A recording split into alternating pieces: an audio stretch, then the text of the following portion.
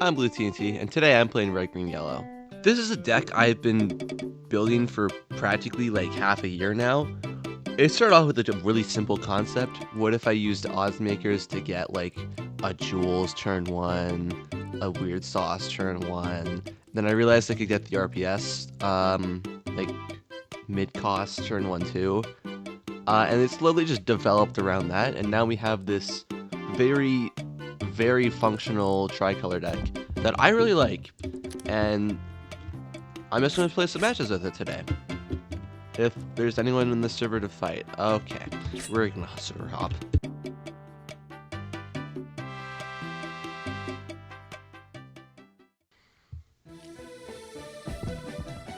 Oh, for 1112 player 1. Player V1. Ah, I see. Okay, we got a very interesting start off. We got the... what are these called? The Team Dementia, like, starters start off. So, sometimes in life, you don't get what you want. That's what happened here. We did not get particularly what we wanted for our start off. But that's okay, because we were going first anyways. So if I got an odds maker, it would have been kind of awkward, because unfortunately, RPS Pouncer, the other RPS card, and Jules all cost like a colorless, so you can't actually play them with odds maker on the first turn. That's why this deck significantly gets stronger going second. It's so much easier to play because you can just play this immediately, or play this immediately, and then like your opponent's starter has to deal with RPS Pouncer, which is not very easy, I'll say the least. I should have... I'm really bad at this game. Holy crap. Okay. It's fine. We'll get the trigger eventually. I should have just buffed the Jules this turn, though, because... it's just better. I maybe should have put the buff on Claudia, too, instead of the cultist there. I know I'm going to cast the cultist, but Claudia is just so much better when it's buffed, because half of its effect only happens when it's nurtured. Oh yeah, I'm running Claudia. It can be kind of awkward if you don't get an RPS card, but this deck has a lot of ways to just, like, thin itself, basically, so I'm not too worried about not trying a Claudia. Could also put it on Happy Clown, but we'll just kill this, and then discard a red. Scour the city. And I'm gonna discard... Oh, I don't want to get rid of Claudia this turn. So I'm actually gonna just play this and pass. So the objective here is to maybe get like another nurtured fighter if he doesn't kill Pouncer for some reason. He really should. Especially since when you nurture something, you can see what the opponent has in their hand. And yeah, you don't want to give me more nurtured fighters with this. This kind of goes crazy if I have a bunch of nurtured fighters. Okay, so I don't have the ability to just go off and destroy everything because I didn't get another... Crap! Whatever. Well, they forfeited, but that was a misplay right there. I forgot Jules was on the board and I got rid of Claudia.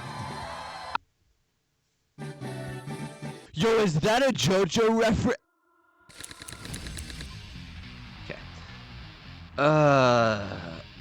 You know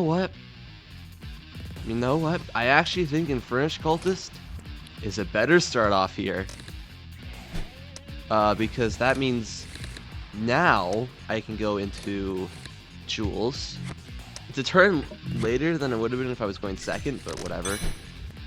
We can also go to Ordinary, which isn't that bad, because that's more instant board. No, it's not actually. I don't know what I'm saying. I'm gonna do this, play the Jules, and then play the odds maker, and we're gonna keep the crystals for now. Yeah, because there's a chance that discarding them might be the correct play to get more draw. Shuffle out that. Yikes! Blatant superiority. Yikes! That is not what I was expecting right now, and it is not good for me.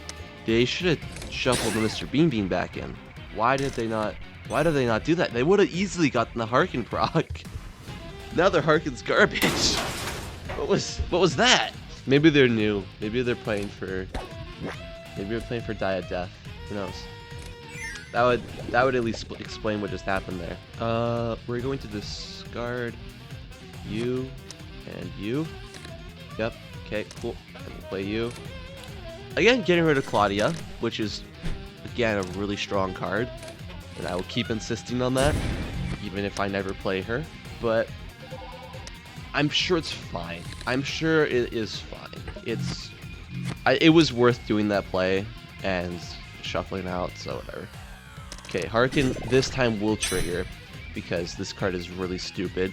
And well, now I have to deal with Harken, which is never fun. We're gonna play Lavatic because Lavatic is more card advantage in a deck that probably doesn't need it.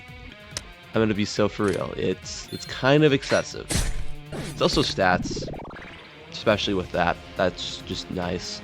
This is what I mean by I've realized this card is kind of absurd for just generic play. It has very good stat line, and it makes everything else have also a very good stat line. Oh, and while I'm here, another strange benefit this deck has is that it runs like an action, like one, and then one terrain, which I don't know what it does with. Okay, yeah, it's gonna not trigger with. No, it will trigger. My bad. It will do the thing you probably don't want, which is to get your board wiped.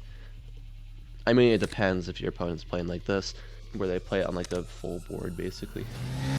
We're gonna play Satar, and we're just gonna try and win the match, basically. Because Satar does that. We're gonna kill the Harken, so that I can't just randomly gain 800 power and ruin my life. If only another yellow here. I would so play the Cackling. This is one of the best red-yellow cards I've noticed, by the way. That's just always good. You always like having 600 instant damage with Overload. Like, yes, please, and it can help with lethal. Like, it helps with lethal so much in this deck, especially since my win con is burn and it's Overload. So, like, I mean, I say my win con's burn, but this deck doesn't have to win through burn. It's just it helps a lot with deleting a lot of the opponent's life and making my life really easy, basically. Okay, we're gonna lose a bunch of power, which is fine because we can just we're slumbering Satar right now, so I think we're okay. I don't think I need to worry particularly. We're gonna get rid of cards in the hands because I don't actually need any of this right now. Discard fodder is really nice when you need discard fodder. Getting a bunch of trapped spirits and then being able to use those to get Jules procs and just generating free draw. Super good if you need free draw. We do not need free draw. We need to actually just let Satar Firemaster do its work and kill the opponent. Yeah, this card's absurd. This is like the main reason you run tries, like the big tricolor top ends, and yeah, they're a pretty good reason. Kill droid. Kill droid. Kill droid. Okay, this card copies itself, and it does 450 burn each copy. So basically, if you get a Satar Firemaster and your opponent doesn't have a way to like deal with it like that, like what they just did, it can just kill them. Just kind of strong. We're gonna play the computer because they're actually playing a deck that benefits from it. I'm gonna play Pouncer. Okay. So the next goal, the next way we're gonna try and win the game is with Ultimatum's 8 Alter. What this card does is it takes an enemy fighter, just deletes it, puts it back in the deck. It doesn't really delete it, I guess. It just shuffles it back in the deck, and then does burn. So if somehow you can't kill them with the Satar Firemaster, and they're at like, I don't know, 1800 life, you play this, and they're dead in 3 turns. I should maybe be playing this more stally instead of how kind of aggressive this is. But at the same time, the aggressive playstyle works because it makes the opponent die faster. And then these help support it because the opponent dies like, even faster. Alright, but that's the game. Overall, not really too complicated of a deck, besides the fact it's tricolor, so there's some obvious, like, struggles with Gen when trying to pilot. If you've never played tricolor, I don't know if this would be the best place to start. There's definitely easier tricolors, I'd say. I'd say red, green, blue is probably like one of the better ones, especially with the Dying of Death update. Just like play Badware, play Harkin, play those cards, play the red starter. If you're like starting out, that might not be super easy to get because you have to buy the Team Dementia Precon and then you have to get the Harkin stuff. I don't know how expensive that is. I don't even really know how like the Blox Cards economy works anymore because I've been out of the loop for so long. I've been like sitting at this whole 800 million Blox bucks range where I can just buy everything, and whenever an update comes out, I just get all the cards because I have enough Blox bucks to just get them. I've been in that range for so long, and it's starting to get to the point where it's like I don't understand the economy. I'm like an actual billionaire.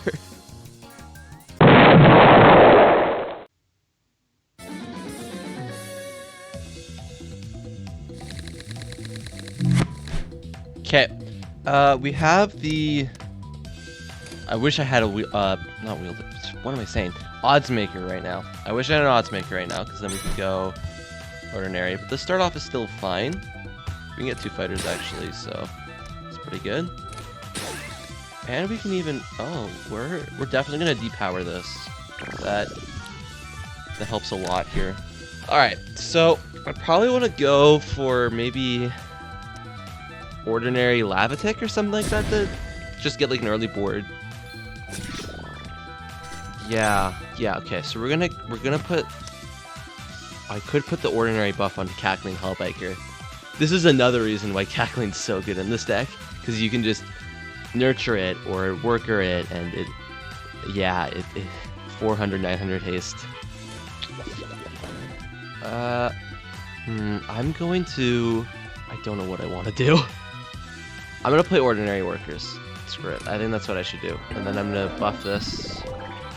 And then next turn, we can always play URA Meat plus Lavatic, and our life is just fine. Everything's good. Draw 2, bunch of free card advantage with Meat in like a few turns.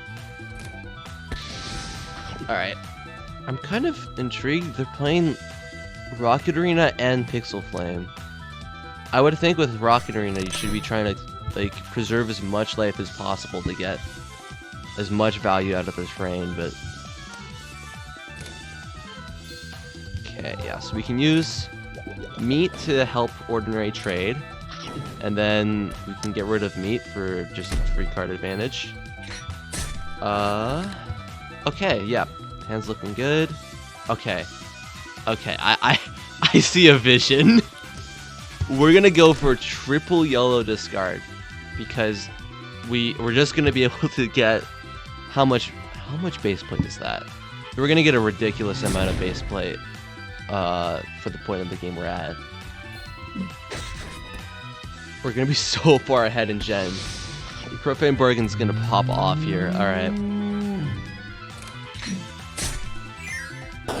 Okay. Okay. Claudia, I don't really want to discard Fire Master because I'm kind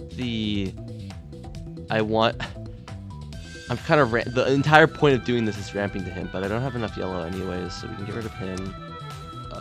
We're not gonna get. I guess I don't really need you, and you're good. The second need, yeah. Let's do this. Okay.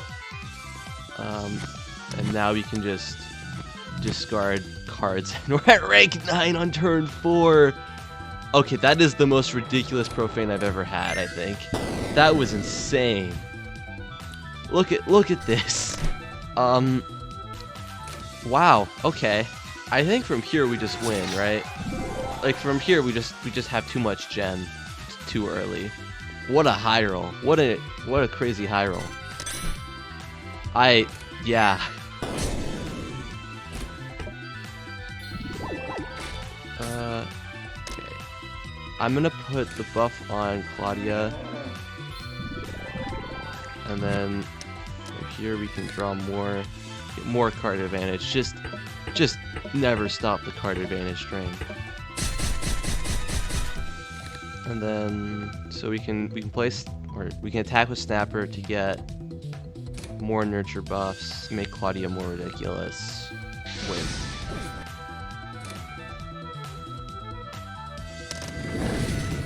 I might actually I'm just gonna play it now, honestly, because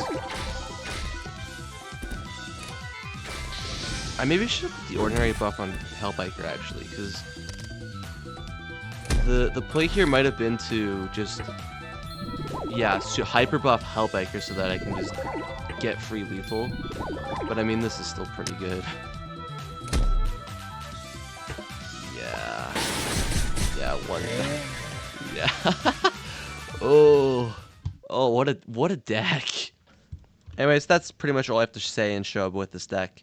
If you want to steal it, go right ahead. Otherwise, I'll be signing off.